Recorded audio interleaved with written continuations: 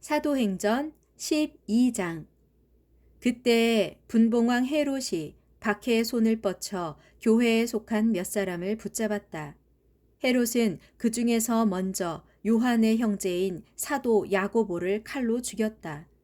이 일을 보고 유대인들이 크게 기뻐하자 헤롯은 이번에는 베드로를 잡아들였다.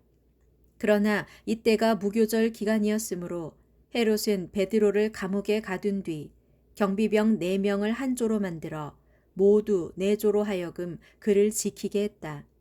유월절이 끝나면 베드로를 백성들 앞에 끌어낼 요량이었다. 이렇게 베드로는 감옥에 갇혔고 교회는 베드로를 위해 하나님께 간절히 기도드리고 있었다. 헤롯이 베드로를 백성들 앞에 끌어내기로 한 전날 밤이었다. 베드로는 2개의 쇠사슬에 꽁꽁 묶인 채 2군인들 사이에서 잠들어 있었다. 감옥 문 앞에는 다른 경비병들이 지키고 있었다. 그런데 한순간 갑자기 환한 빛이 감방 안에 비치면서 주님의 천사가 베드로 앞에 나타났다. 천사는 잠자고 있는 베드로의 옆구리를 찔러 깨웠다. 어서 일어나라. 그 순간 쇠사슬이 베드로의 2 손목에서 스르르 풀렸다. 천사가 다시 베드로에게 말했다. 허리띠를 메고 신을 신어라. 베드로가 그대로 따르자 천사가 또 말했다. 겉옷을 두르고 나를 따라오너라. 베드로는 겉옷을 두른 후 천사를 따라 감방에서 나갔다. 그러나 그는 천사가 하고 있는 일이 실제인지 아닌지 알 수 없었다. 베드로는 자신이 환상을 보고 있다고 생각했다. 천사와 베드로가 첫째 초소와 둘째 초소를 지나 큰 거리로 나가는 철문 앞에 이르자 철문이 저절로 열렸다. 그래서 그들은 철문을 통과해서 바깥으로 나왔다.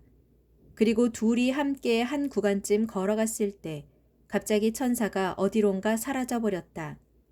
그제야 베드로는 제정신이 되어 혼잣말을 했다. 그렇구나. 이제야 확실히 알겠다. 주님께서 내게 천사를 보내주셔서 헤롯의 소나귀에서 또 유대인들의 계략에서 나를 구해주신 거야. 이런 사실이 분명해지자 베드로는 마가라고 불리는 요한의 어머니 마리아의 집으로 갔다.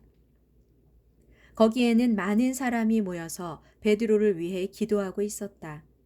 마리아의 집 앞에서 베드로가 대문을 두드리자 로데라는 어린 여종이 문을 열어주려고 나왔다. 그런데 그 여종은 베드로의 목소리를 알아듣고는 너무나 기뻤다. 그래서 문을 열어주는 것도 깜빡 잊어버린 채 안으로 달려 들어가 기도하고 있는 사람들에게 말했다. 문 밖에 베드로 선생님이 와 있어요. 그러나 사람들은 그 여종에게 말했다. 얘야, 네가 제정신이 아닌 게로구나. 그래도 그 소녀가 끝까지 참말이라고 계속 우기자 그들이 말했다. 그럼 베드로의 천사일 거야. 그동안 베드로는 문 밖에 서서 계속 문을 두드렸다. 마침내 사람들이 나와서 문을 열고서 베드로를 보고는 모두 깜짝 놀랐다.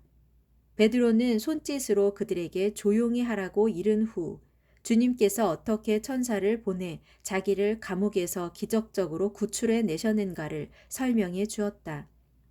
이 일을 야고보와 다른 형제들에게도 속히 알려주시오. 이렇게 당부한 다음 베드로는 다른 곳으로 피해갔다. 날이 새자 감옥에서는 큰 소동이 일어났다. 밤사이에 베드로가 감쪽같이 없어졌기 때문이다. 모든 곳을 샅샅이 수색했지만 어디에서도 베드로를 찾을 수 없었다. 그러자 헤롯은 경비병들을 신문한 뒤 사형에 처하도록 명령했다. 그런 뒤 헤롯은 유대를 떠나 가이사랴로 내려가서 잠시 그곳에서 지냈다. 그런데 헤롯은 두로와 시돈 사람들을 매우 못마땅하게 여기고 있었다. 그래서 두로와 시돈 사람들은 뜻을 모아 헤롯을 찾아가서 면담을 요청했다. 그들은 헤롯이 신임하는 그의 시종 블라스도를 내세워 헤롯에게 화평을 청했다. 그 이유는 당시 두 도시는 헤롯의 통치하에 있는 영토에서 식량을 사들여야 하는 형편이었기 때문이었다. 약속된 날이 되자 헤롯은 왕복을 입고 높은 왕좌에 앉아 대중에게 연설을 했다. 헤롯의 연설이 끝나자 사람들이 아첨을 떨며 외쳤다. 와, 이것은 신의 음성이지 사람의 음성이 아니다. 바로 그 순간 주님의 천사가 헤롯을 내리쳤다. 헤롯이 하나님께 영광을 돌리지 않았기 때문이다. 그리하여 헤롯은 온몸에 구더기가 가득해 먹혀 죽었다. 하나님의 말씀은 점점 널리 퍼져나가 믿는 사람들이 날로 늘어갔다.